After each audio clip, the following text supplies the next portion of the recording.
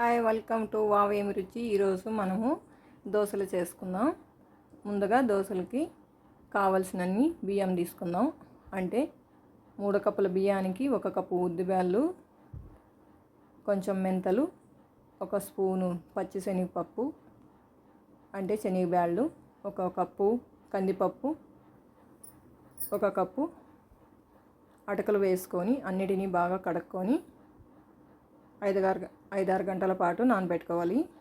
నైట్లో రుబ్బి పెట్టుకుంటే మరుసటి రోజు ఇలా చూడండి పిండిలా ఉంటుంది.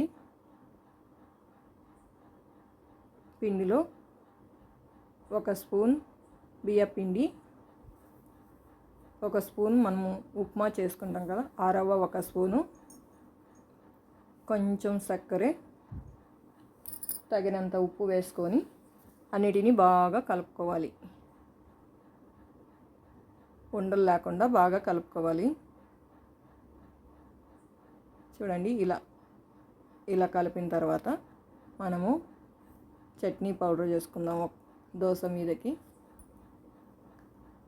1 స్పూన్ ఆయిల్ వేసి కాగిన తర్వాత 2 స్పూన్లు పచ్చిశనగపప్పు, 2 స్పూన్లు కందిపప్పు వేసి ఎర్రగా వేయించాలి.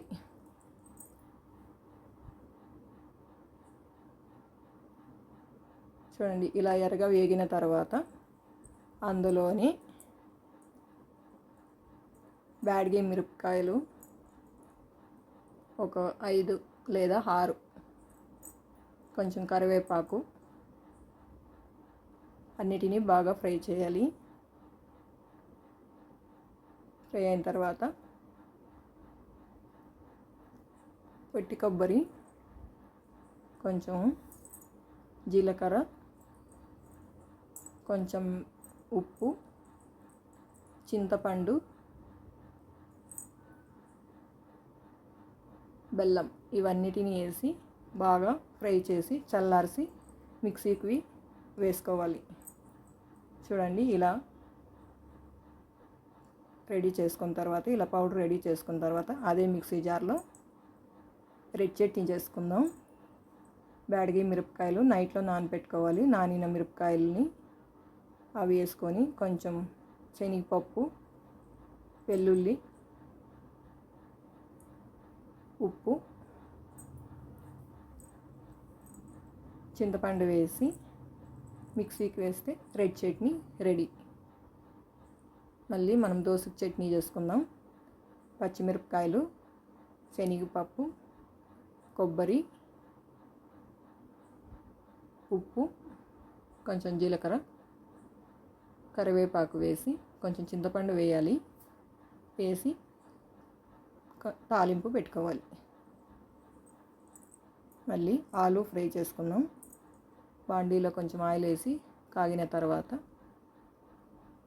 ఆవాలు వేసుకోవాలి. ఆవాలు చిటపటలాడిన తర్వాత పోపు గింజలన్నీ వేసుకోవాలి. అంటే మినపప్పు, పచ్చిశనగపప్పు వేసి కరివేపాకు వేసి ఆనియన్, పచ్చిమిరపకాయలు వేసుకోవాలి. అన్నిటినీ బాగా ఫ్రై చేసిన తర్వాత కొంచెం ఉప్పు వేసుకోవాలి.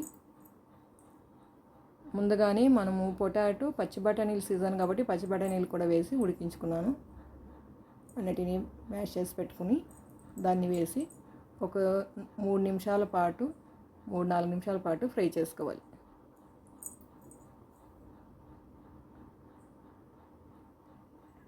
Potato fry ready. పెనం పెట్టి వేడైన తర్వాత కొంచెం నీళ్ళు వేసి టిష్యూతో తుడిచేసి మనం అప్పుడే కలపెట్టుకున్న దోశ పిండిని వేసి దోశ వేసుకోవాలి. దానిపైన మనము అప్పుడే రెడీ చేసుకున్నాం కదా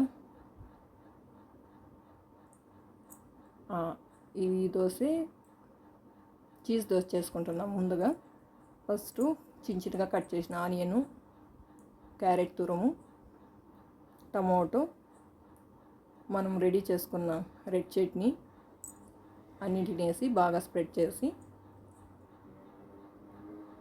ఇలా అక్కడక్కడ చీజ్ వేసుకోవాలి. దోశ మీద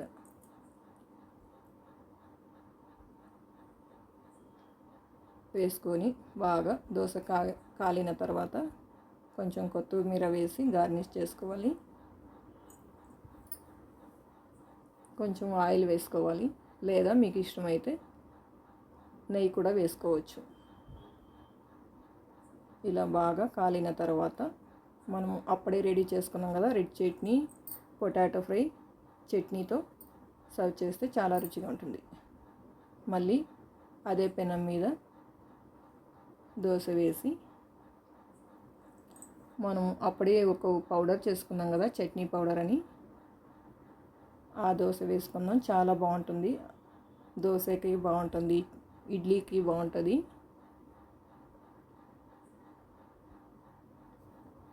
ఇలా దోశ మీద చూడండి ఇలా వేసుకొని కొంచెం ఆయిల్ వేసుకొని బాగా కాలిన తర్వాత సెంటర్లో పొటాటో ఫ్రై పెట్టుకోవాలి. బాగా కాలిన తర్వాత దీన్ని కూడా అంతే రెడ్ చట్నీ, మనం కొబ్బరి చట్నీ చేసుకున్నాం కదా పచ్చడితో తింటే చాలా బాగుంటుంది.